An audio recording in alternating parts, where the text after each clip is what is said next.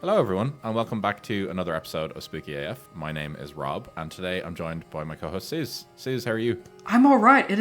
I know it has been a minute since my voice has graced the podcast realm. Yep, we had our guest episode with Dara talking about Belgian UFOs. Which is wild and wonderful. Yeah, and I appreciated you immediately putting me on blast about knowing an obscure paranormal reference that Dara just made offhand.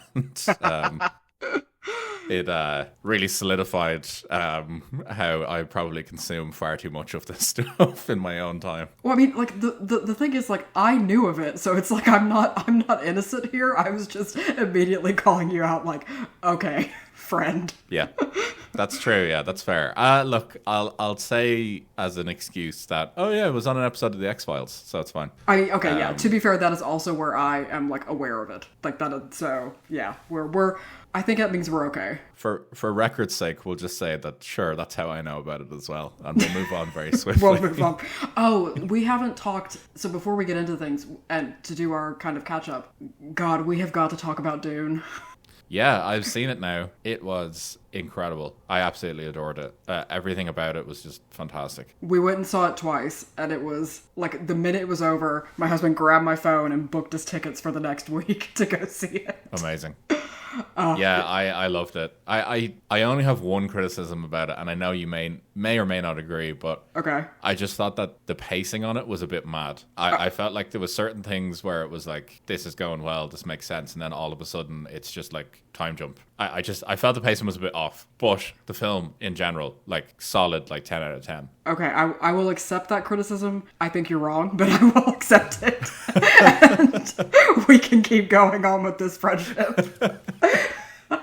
Yeah, that's a real, like, you're entitled to your opinions even if they're wrong. Exactly, yeah. Exactly. Like, this is something I'm willing to help, like, we can move past this together. No, so okay, we've got that out of the way. We had to touch base on Dune because it was a cultural milestone. Oh, for sure, absolutely. Absolutely. All right, so it's your week. Where are you taking me this week? I am taking us to... We're going stateside again. Okay. I mean, not thrilled about it, but I'll see how it goes. Yeah. Specifically, we're going to Salt Lake City in Utah. Ooh, Utah. Yeah, and this is a case that you'll 100% know about. Okay. Like, absolutely, you will be familiar with this, no doubt at all in my mind. But we're going to Salt Lake City, Utah in 1996, where the Deseret News, I hope I'm saying that correctly, reported a story written by investigative journalist George Knapp, where he talked about a particular ranch in the Ballard area, which was a hotspot for paranormal activity and UFO-related activities. Okay. It was initially reported as the Sherman Ranch, but you may be more familiar with its now much more widely known name, which is Skinwalker Ranch. Oh, fuck off. You are not doing Skinwalker Ranch. Yeah. Amazing. This is a gold star heavy hitter. Yeah, well, this won't be a gold star heavy hitter episode. I'll tell you that right now. So. Okay. Okay. Skinwalker Ranch is, for anyone that doesn't know, a very, very famous ranch in, as I said, Utah, where basically any kind of paranormal activity that you can imagine has occurred there at some point or another, along with UFOs and some sort of demonic spirits as well. It has everything in it, and that's its problem. It has everything. You can't, you have to do, you have to pick one or two things. You have to, like, there are many hills on which you can die, but you need to only pick one or two. Yeah, and it's absolutely not staying in its lane. No. It's going way out there. So it's just such a strange area, and it would be, it needed to be talked about at some point. So I figured now is a better time than any to talk about Skinwalker Ranch as we're recording on a Sunday morning at 9 Yes, a Sunday morning. So do you have any sort of knowledge about this, Suz? I know you obviously, by your reaction, clearly have heard about it, but what's your kind of, I suppose, your Spark Notes knowledge of Skinwalker Ranch? Well, okay, so it's actually been a while. Like, it's been a minute since that has like crossed my mind. I think I would have probably come across it like the first time, maybe when I was in high school, maybe undergrad. Cool. And I just remember Yeah, I remember this a friend I had who talked about it, and I remember thinking like, this is one of the most unbelievable stories, because you're right, like it's just fucking everything. Like it was like ghosts and like cryptids and like UFOs and so it was like a bad horror film because it couldn't decide what it wanted to do. Yeah, pretty much. Like, but that also kind of made it amazing, because I was like, the fact that like they're kind of bold enough to do that.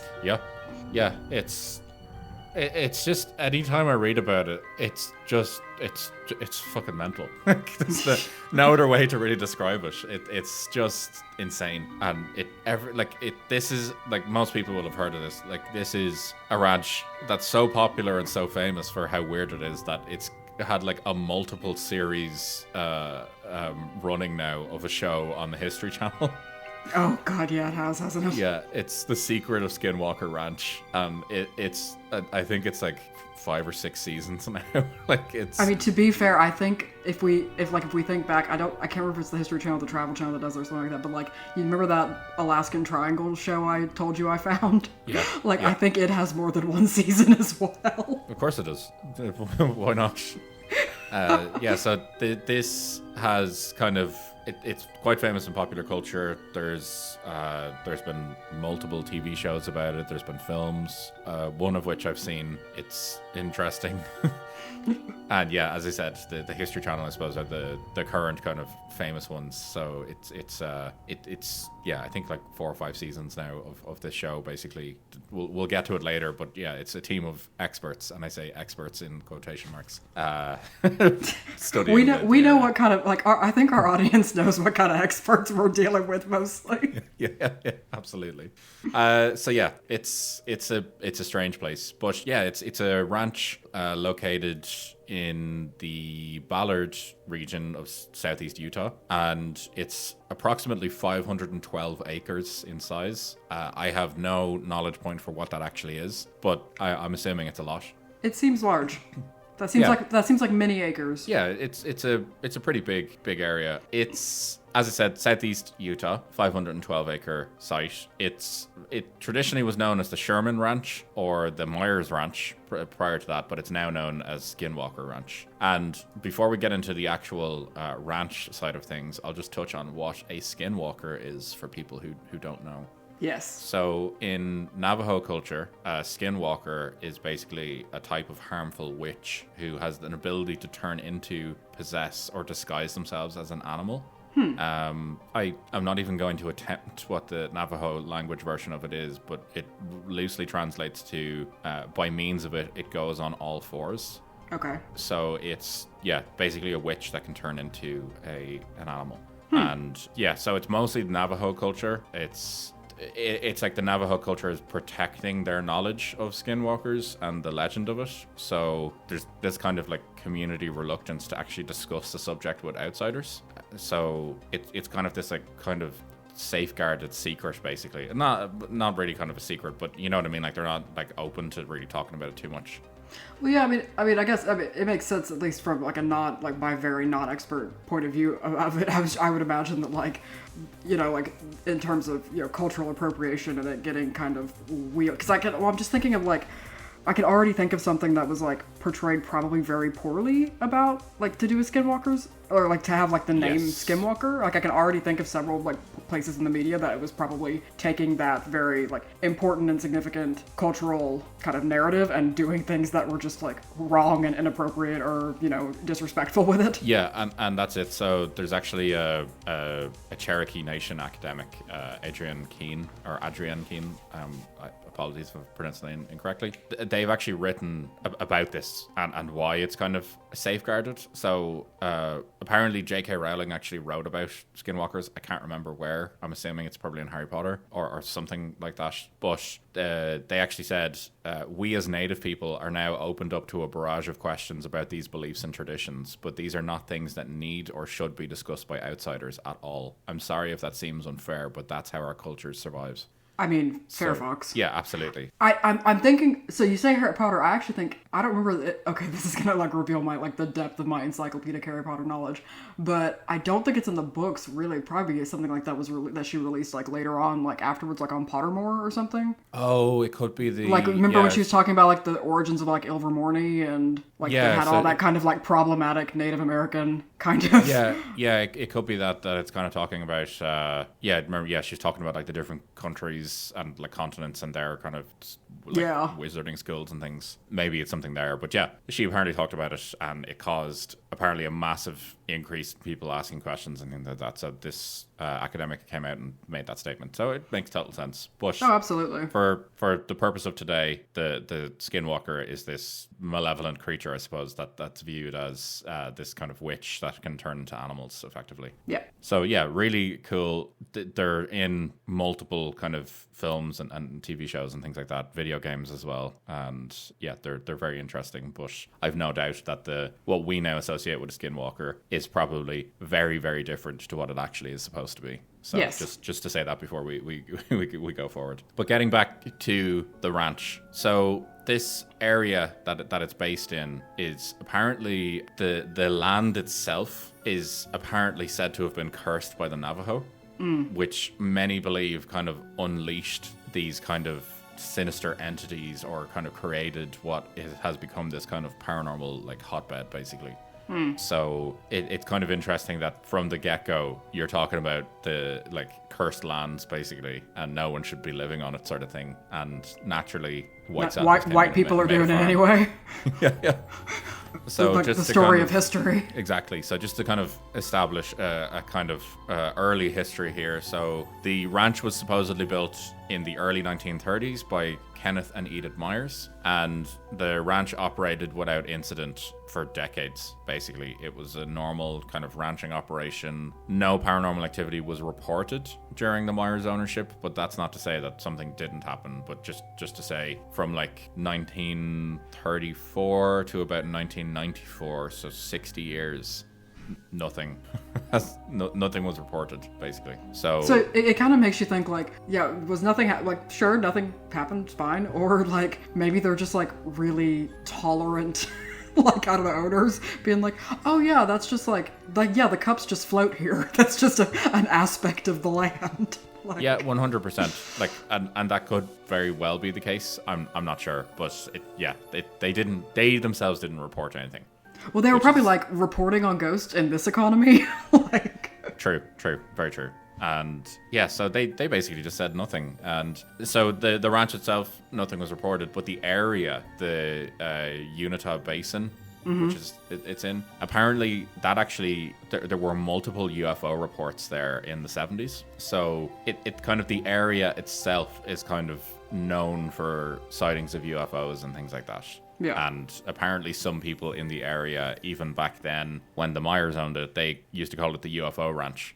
Oh, well, there you go. Yeah, so, but the Myers themselves didn't actually kind of talk about this or kind of report anything about it. So it's just, yeah, interesting just to note that. Mm-hmm. So then, as I said, they owned that from 1934 to 94. In 1994 then, Terry and Gwen Sherman purchased the ranch, and pretty much immediately, and by immediately I mean literally their first day when they were moving in, they started beginning a kind of experiencing a series of inexplainable events, basically, from literally the day they moved in. So from what I've seen them talking about online, the day they moved in, they were unloading their moving truck or whatever it is, and they saw apparently a humongous wolf off kind of in one of their fields, and this thing was apparently, they said it was the size of a car. Jesus. Just standing off in the distance, basically, like just watching them, which, yeah, they said that it kind of was there for a while and then was gone, and they encountered this wolf multiple times. Mm-hmm. And yeah, so this is literally like day one. They note the day wolf one, giant, like, it's like Dear Diary, day one at the ranch, giant fucking wolf. Yeah, like straight away, like big wolf. Which is just, yeah, that it like really kind of puts you at ease, especially because this is a cattle ranch. Yeah. Well, you know, you definitely want wolves being there. Oh, yeah, precisely. That's exactly what you want. Yeah. So, straight away, giant wolf, day one. So I feel like that really kind of like, it lets them know the tone of what they can expect going forward. Yeah, exactly. It sets the scene nicely. Yeah, so the wolf was there, and then on top of this then, they also reported animal mutilations. So apparently their cows were found with all sorts of mutilations and were obviously killed. But the thing that they noted was that there was precise bloodless incisions. So one thing that I'd seen talked about online was Terry Sherman talked about how one of his cattle, he discovered it dead, but when he looked at it, he could see that a perfect incision had been, like circular incision had been made into the cow's eyeball, like basically Gross. like going through it, and there was like no blood or anything, no nothing, and he couldn't explain it. Yeah, because this is obviously not the wolf's doing. No, but naturally they did blame the wolf initially. So this... Wait. No. Sorry. Like, okay, fair enough. You've seen like a Twilight-sized, Humvee wolf. But, like, how is that then going to, like, create a precise circular incision in a cow's eyeball? Clearly there are two different things happening here. Well, this is, to quote Jurassic Park, life finds a way. You did not. So, so they initially did blame it on the wolf, from what I can see. That Okay. They couldn't explain it, but they basically were trying to be rational about it and went, we saw a wolf, our cattle are now dying, these must be related. Fair enough. All right, I'll go with it. So the wolf creature kind of keeps turning back up, and they keep seeing it until a point that Terry is out with out kind of tending like cattle and things like that one day, and he sees the wolf in his field near the cattle. And basically, obviously after having maybe enough or whatever, and having dealt with wolves in the past, Terry does what any other farmer or rancher, I assume, does at this point. He goes and gets his rifle. Oh, yeah. So he goes into his house, gets his rifle, comes back out, and I'm assuming probably like, there's probably like kind of some tension here, struggling to like put the rounds into the rifle or whatever. He's like, he's got to take a shot. Like he's ready to deal with this wolf once and for all. Like this, as far as he's concerned, this wolf is literally costing him money because it's killing cattle. Which is, in America, that is all that is more than enough reason you need to shoot something. Yeah, for sure. And you yourself as a Texan understand how gosh. important beef is. I will say that, yes. That was my primary source of, like, sustenance from birth. Yeah, exactly. Like, this wolf is basically preventing you from eating brisket. Like, that's... Well, I mean, when you put it like that, now we're talking about, like, primordial first-level evil shit, if they're stopping me from having brisket. Yeah, you're now reaching for your gun as well. Yeah, I have, like, a gun and a scythe, just in case one doesn't work. Yeah. Look, you gotta have backup methods. Well, if I have to go more like, like Slayer-esque hands-on with this, I will. Look, yeah, you gotta do what you gotta do. Exactly. So, yeah, Terry goes, gets his gun, lines up his shot, and shoots the wolf. The wolf kind of falls to the ground initially, and then gets back up. Ooh, Terry okay. shoots it again, same thing happens, he shoots it again, wolf doesn't react. The wolf basically just stares at him, and then turns around and walks away. Ooh, that's a real power move. Oh yeah, that basically, like, that sends a message to Terry right there. That's like, yeah, I wanted you to know that you can, like, I would let you shoot me and see what nothing happens, and then I'm gonna walk away. Yep, yeah. They basically just straight up, like, the wolf basically straight up was just like, nah, bro. Yeah. So, yeah, this wolf, it constantly kept appearing. So, on top of that then, just to add to it, because why not, there is also multiple UFO sightings. There was numerous reports of strange aircraft and lights in the sky. It would go so far as there were apparently so many UFO sightings that they themselves could start to distinguish between which type of UFO it was. So they broke them down into two groups. There was apparently these orbs that would appear. Some were blue and some were orange. Okay. The orange ones apparently were just kind of like, they would turn up, float about the place, and then leave. Right. The blue ones, apparently, though, they did not do that. Apparently, the blue ones would disintegrate or evaporate dogs if they got near them. Wait. Wait, what? Wait. Okay. So are you telling me that, yeah, I'm gonna, hold on, I'm buffering.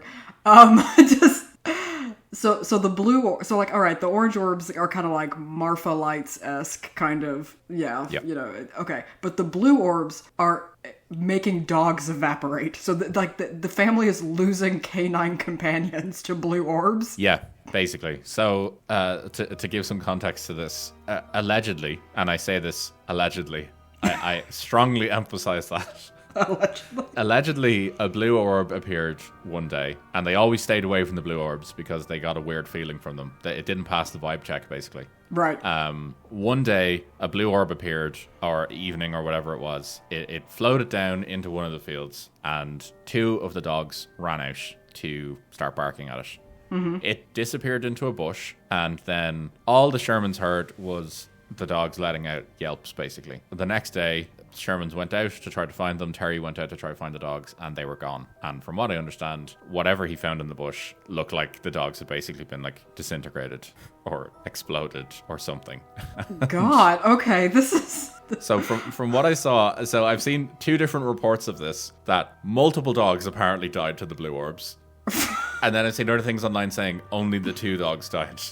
I mean, I'm sorry, I'm now having this like composite image of my, like, running in my head of like the Will-O'-the-Wisps in Brave, like the Disney film. Yep. And like, so I'm having these like lovely little blue lights, and then I'm just seeing like these poor dogs explode, and it's not okay. Yep. So I don't care if it was a pack of dogs or 2 of them, it was too many. Exactly. Yep. You've gone too far when you fuck with the dogs.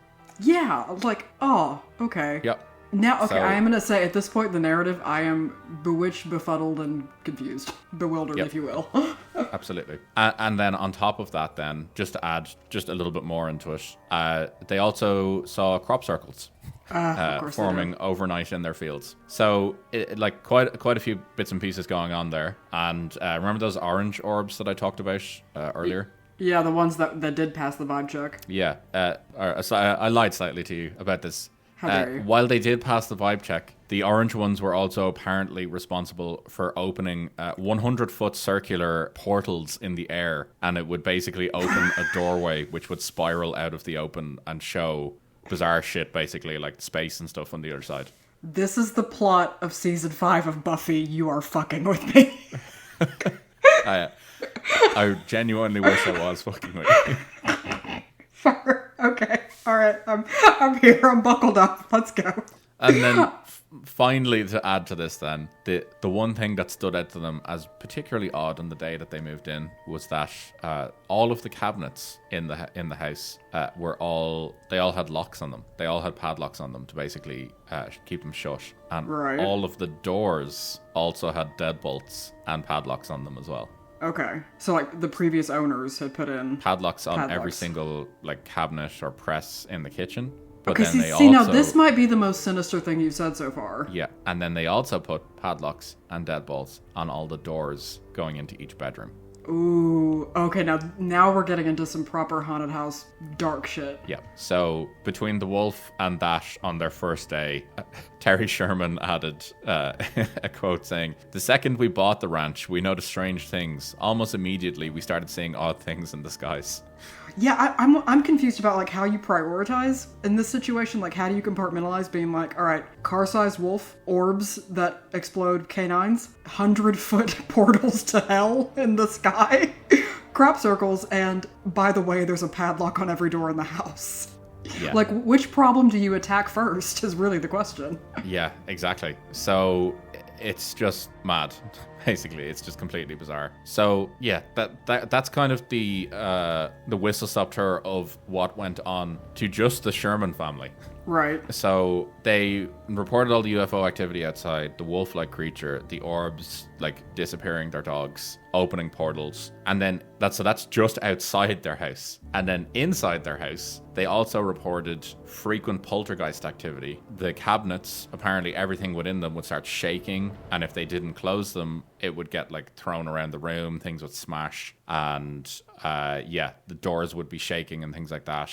It would sound like that there was people in other rooms when there wasn't anyone else in the house. That they'd hear like footsteps and things like that, scratching on the walls, everything. So it's basically like, if you've got your paranormal checklist, this literally covers everything. The only thing that we don't have in this is the devil turning up, effectively, because everything else is fucking dealt with. I mean, but everything else is dealt with, and like at any moment the devil's going to show up because they've basically got like floating hell mouths on their ranch. True. Well, as we know, as long as they don't play cards, they're pretty good. The devil probably won't turn up. Well, and as long as they don't have a like a ceiling that looks like it could be rocketed through. Yeah, and they don't live in Ireland in the 18th century. Yes. So yeah, the devil at this point was pretty busy in Ireland. So yeah, he had other shit going on for Utah. Yeah. He's not interested in Utah at this point. No, so not yet. All of this went on for a period of 2 years with the Shermans, and it apparently it got to a point where they themselves said that they weren't sleeping at night. They were struggling to process whatever was going on. They were in this constant like heightened state of fear all the time. They were starting to kind of get used to these things happening, and they knew that was a problem. So like the wolf turning up, cattle being killed, crop circles, like obviously destroying their crops, all that sort of stuff. This just became almost like normality for them, and they knew that there was a problem. So having only just bought the ranch in 1994, they sold the ranch in 1996. Fair enough. A 1996 article in the Deseret News, which I mentioned at the very start, brought the ranch to public attention, detailing the Shermans' experiences. And it became kind of more popular when the Las Vegas Mercury, which was a kind of series of articles, they were released by journalist George Knapp, who is a famous radio host looking into all things paranormal and UFOs on a very famous radio show in the States.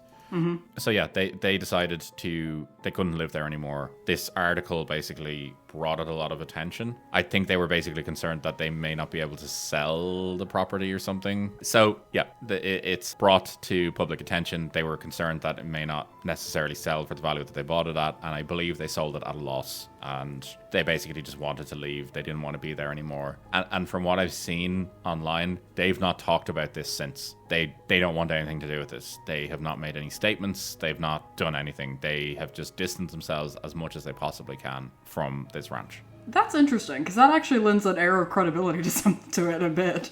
100%. I thought the exact same thing, because I'm always like skeptical about people who immediately write a book after they've done something or experienced something, because it's like, did you need to do that? Like, what's going on here? So yeah, they had enough. They couldn't deal with it anymore. So then enter a businessman, Robert Bigelow. What? He decides to purchase the ranch in 1996. And in doing that, he set up the National Institute for Discovery Science. And he decided to basically move a team of researchers, scientists, experts into the ranch 24/7 to study the phenomena. So he basically was like so convinced by all of this happening that he was like, right, amazing. We're going to put in a full-time team in here to basically look at everything. They literally had like cameras set up 24/7, like equipment set up 24/7, recording everything. And they also basically like got some, I suppose, validity by what they were doing by hiring a retired US Army colonel. Oh, God.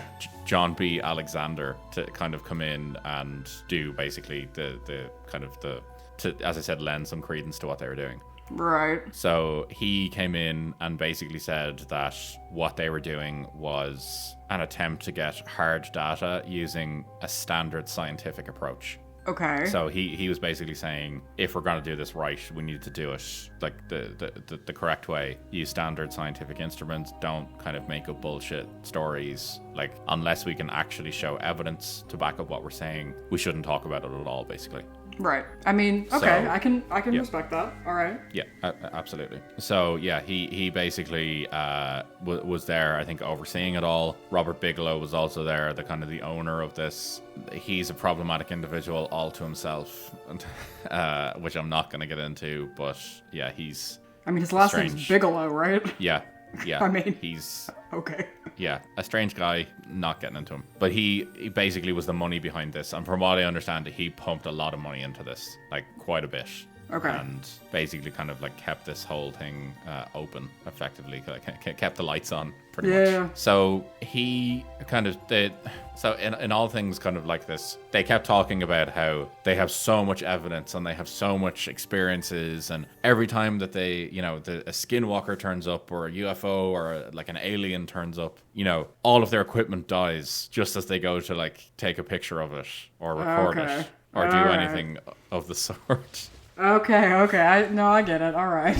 So, like, proof positive is their equipment breaking down before any actual evidence can be captured. Yeah, basically. So they reported UFOs, crop circles, the glowing orbs, poltergeist activities, and then, to top it all off, Bigfoot-like creatures also turning up. No, Rob. Yes. I'm sorry. Oh, God. Okay. All right. Yeah. I feel Allegedly. like this episode is just me going, Rob, no, and you going, Rob, yes. Pretty much. Allegedly, a Bigfoot-like creature was seen just walking through the area. Like walking past the windows. Just passing through. Just out for a walk, you know. Just Bigfoot guy being a dude, you know. So, yeah, that's... I couldn't not mention that. So this all kind of culminated in a book being written in 2005 by Colin Kelleher and George Knapp, the journalist I mentioned previously. Yeah. So this book is called Hunt for the Skinwalker.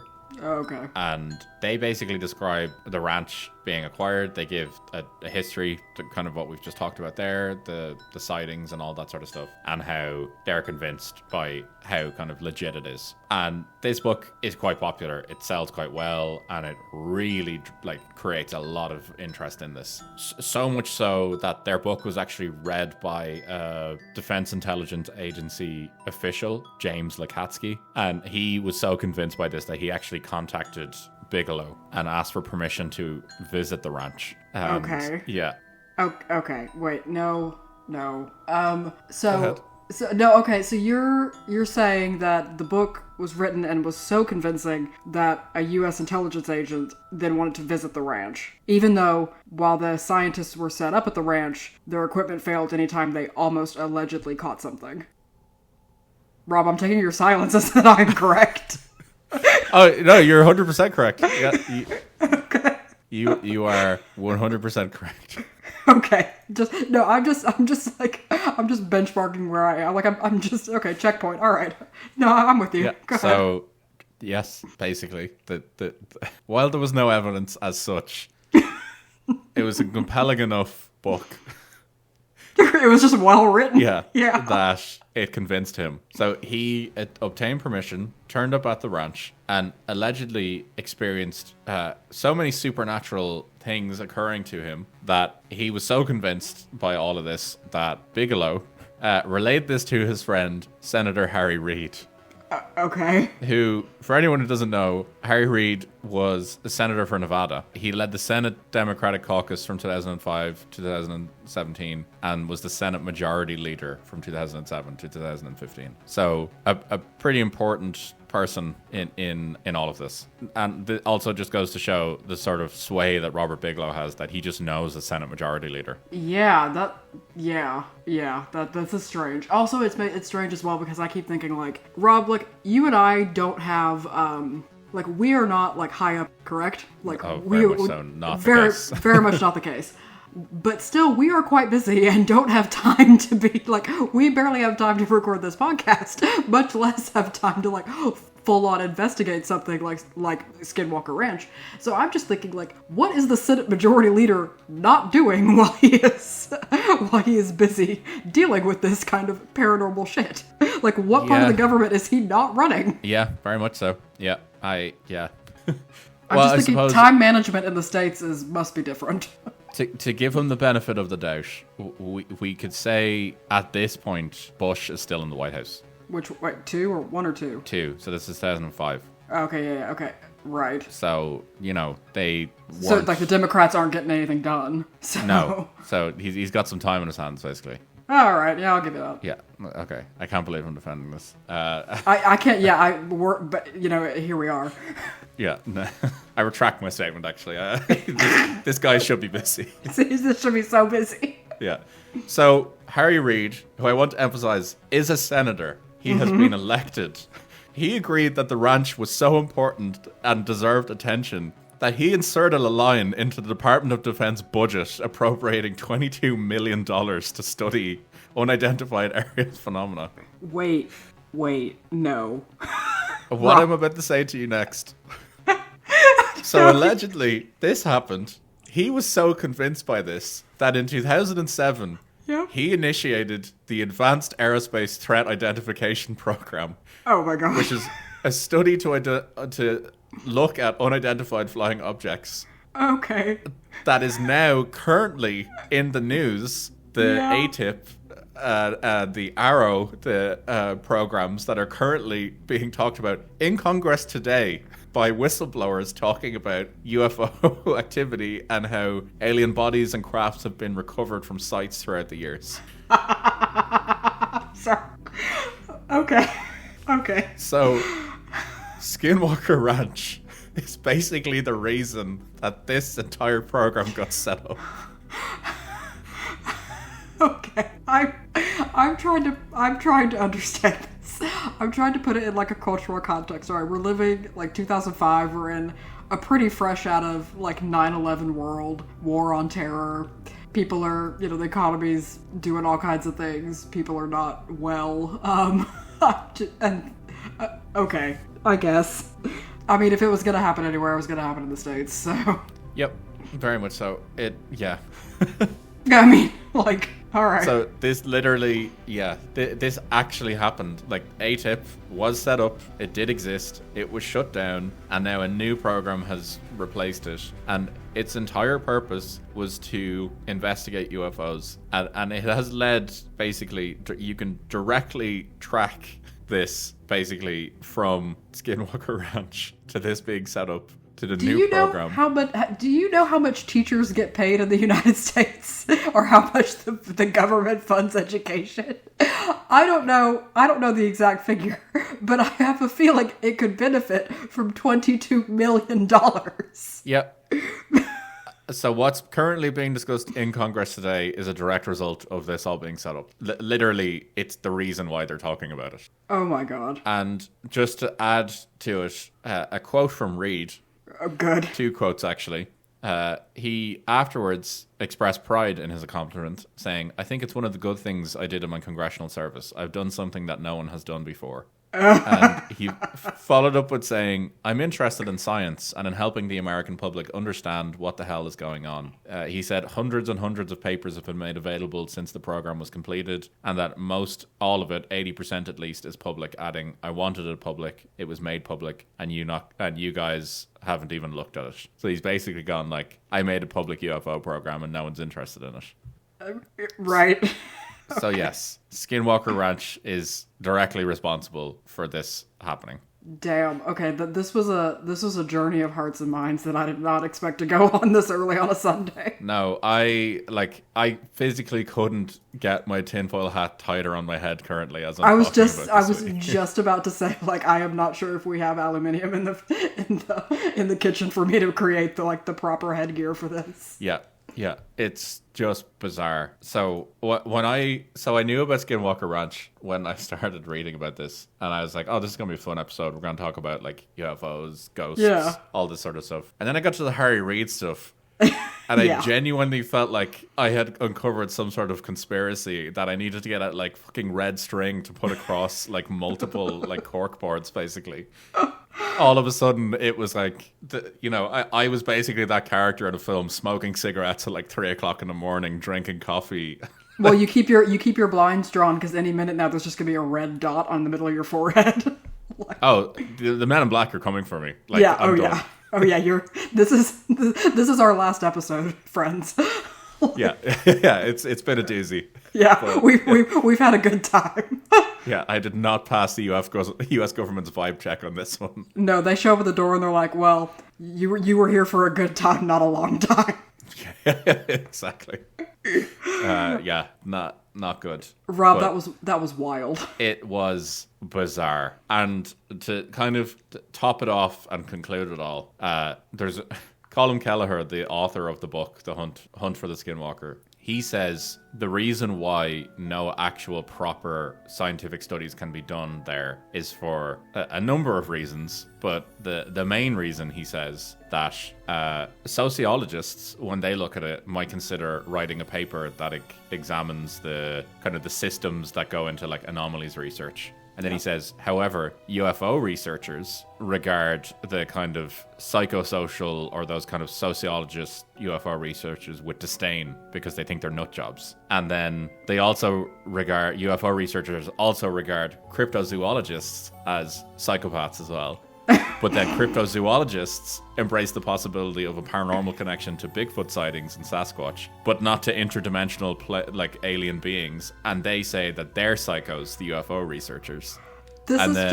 What? No, this is just the Spider-Mans all pointing at each other. Yeah, and then the paranormal researchers view the UFO researchers and the cryptozoologists also as nut jobs. So basically, they all hate each other, they can't agree on what they do, and that ultimately is why there will never be a successful attempt to, as he's put it, earn a small measure of respect and acceptance from mainstream science.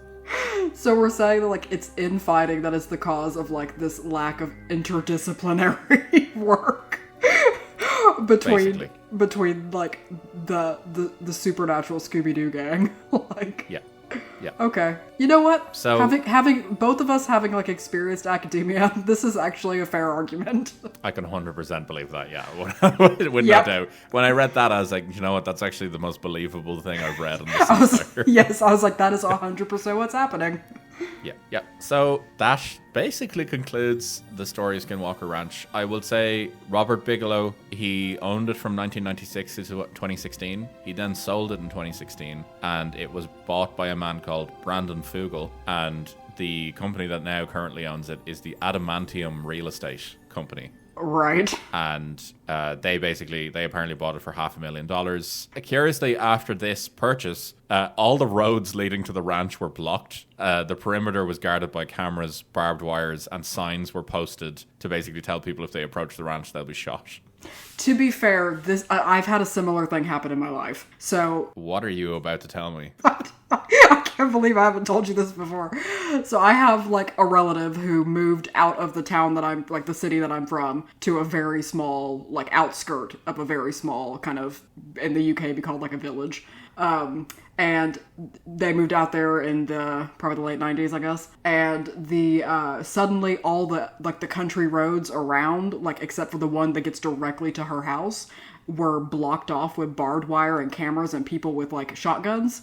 And we found out it was because an offshoot of the Branch Davidians, as in like the Waco incident, like, no way, set up. So like there is a cult that like surrounds her entire estate, except like, well, that's, estate sounds fancy. It's just like a couple acres, her like little farm, and except for like the one road in and out of directly to her house.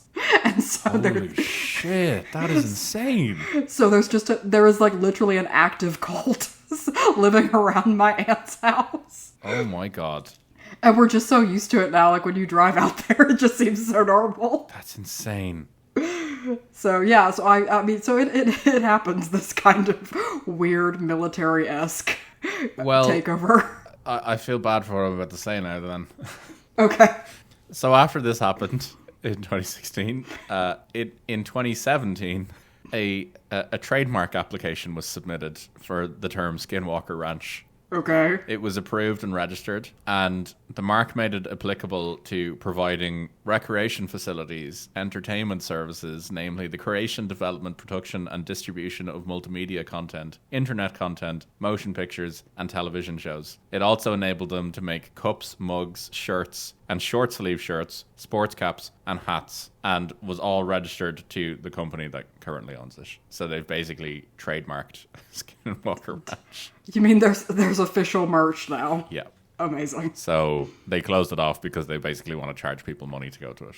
God, life is such, like, even the paranormal playground is not immune from the late capitalist nightmare we are all living in. Yeah, basically. So that is Skinwalker Ranch.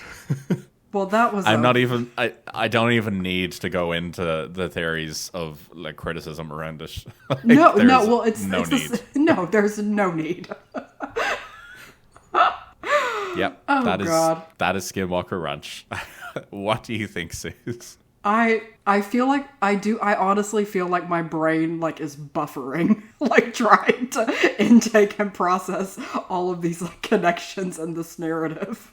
Like I think I've been just maniacally giggling the whole time because I can't process this. Yep, pretty much. That's more than fair. Pretty much exactly how I felt as I was reading it. And I was literally reading this late at night. This is the only time to read this is late at night. Yeah. Like, I feel like it's an affront what we're talking about, it being daylight right now. Yeah, it is just bizarre. Oh, yeah. And there's just too much going on here. Like, way too much. Oh God, it was way too much from Jump Street. Like, it was way too much from the first day they saw the giant wolf. Pretty much. Like, yeah, day one, when that family turned up, they should have been like, nah, I'm good. Yeah, oh yeah. Oh God, okay. Wow. But, and something that, we talked about, the UFOs and all, yeah, scary. What would terrify me more than all of that, though, it's all the deadbolts and locks. That is the scariest. Thank you. Okay, that is 100% the scariest part. Because that gives off murder house vibes more than anything else. That doesn't give off paranormal. That gives off you're not leaving this house alive. Oh my God, yeah, 100%. Because after the minute after you said that, I was like, okay, now I'm actually a bit creeped out. I was fine with 100-foot portals spitting out demons in the middle of like Southeast Utah. Fine, whatever. like I said, like it's nothing you haven't seen on Buffy. But exactly. but the padlocks on the doors, I was like, no, there's no way you're getting out of this alive. Absolutely, 100%. I imagine, and I have no base knowledge for this, but I imagine there's a basement in that house, and I know exactly how that basement looks. Yes. Oh, yes. 100%. There's like a pull chain to turn on a light that swings in the air, and there's probably a drain in the middle of the floor. The floor is completely concrete. Oh, God. Yeah, you're right. You're right. Oh, God. The drain. Okay, that got me. That detail. I don't need to ever go to the house to know exactly how it looks. No, we don't. We've consumed enough horror media. I would also like to know, who are these scientists that they hired 24/7 to go live there? Oh, I know. Because I want to know where they got their degrees. I'm thinking it's like the guy, like the picture I'm getting are the guys that are in the, the Insidious films where like the old woman comes, but she's got those like two helper like guys. Yeah. Yeah, like those guys, like really quite like nerdy and socially awkward and like obsessed with the paranormal. And I just think they just rounded up a group of them. Yeah, I was thinking something similar to that, or the lone gunmen from the X-Files. Oh, it's always that three motherfucker. Guys with their magazines. Oh God. Yeah, it's Skinwalker Ranch. It has genuinely just broken my brain as I've been reading this out again. I wrote my notes, had it all there, good to go. I reread them, and I was like, am I really about to talk about this? We need to stop, because I feel like we're in this silent one-upsmanship of who can talk about the most batshit crazy thing. I think this has dried up the tank for me. It's a race to the bottom, and you've won. I think, going forward for me next week, it's probably just going to be a standard ghost story. Oh yeah, it's gonna have to be, because I don't think our like fragile psyches can take it. I know my can't. In me. Yeah, this one was a mad one. I think I could deal with Skinwalker Ranch, but it was as soon as I started getting into as I said, the Harry Reid stuff, where all of a sudden I was like, my God, this goes deeper than we could possibly imagined. This goes all the way to the top. Plans within plans. Oh no, we're back to Doomcast. Yeah. We've come full circle. This has been a ride, and I'm glad that you've been here to take part in it with me. Oh yeah, no, we buckled up and we went on a journey. So, but can I just say we're both in total agreement that this is total bullshit? Yeah. Oh my God, like this is so coconuts. I can't even like. I don't even know what to. I don't know what part of my brain to store this information in. It's literally just like it's even themselves are one-upping themselves because it's like, yeah, no, there's a giant wolf here, but wait, there's also Bigfoot, but wait. There's also poltergeists. It's like a 7th grader writing like a novel. Yeah, that 100%. That's literally what it is. Yeah, this was a creative writing like achievement for a 12-year-old. Yeah, it's just Yeah, it's incredible. And I think my favorite point to this, and it's my final point to make of all, and I've saved it till the end. In 1996, skeptic James Randi awarded Robert Bigelow the Pegasus Award, which is a tongue-in-cheek award, and he gave it to him for funding the purchase of the ranch. And the award category that it was given to Bigelow under was the funding organization that supported the most useless study of a supernatural, paranormal, or occult claim.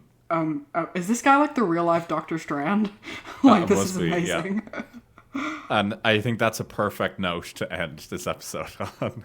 Absolutely. Like, there's nothing more that can be said. But yeah, I hope everyone has enjoyed this episode. I know I certainly need a break now. I need to go touch some grass and just be outside in the world and, yeah.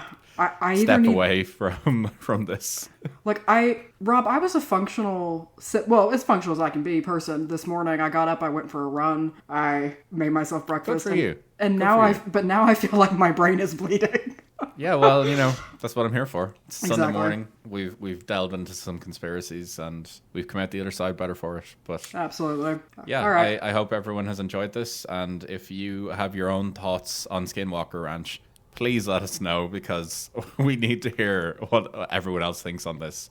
You can reach out to us on Instagram at the spookyaf pod, or you could even send us an email at thespookyafpodcast@gmail.com. I would genuinely love to read some emails on people's thoughts on this one and where it goes. I think if we were to get enough emails, we would actually make an episode reading out emails. I would love nothing more. Yeah. So please do reach out to us. Let us know what you think and provide us with the much needed criticism that we need. Somebody needs to stop us. Yeah, absolutely. But yes, I hope you all are having a lovely day, whatever it is that you're listening to this, and we'll see you in the next episode. Take it easy, guys. Bye, y'all.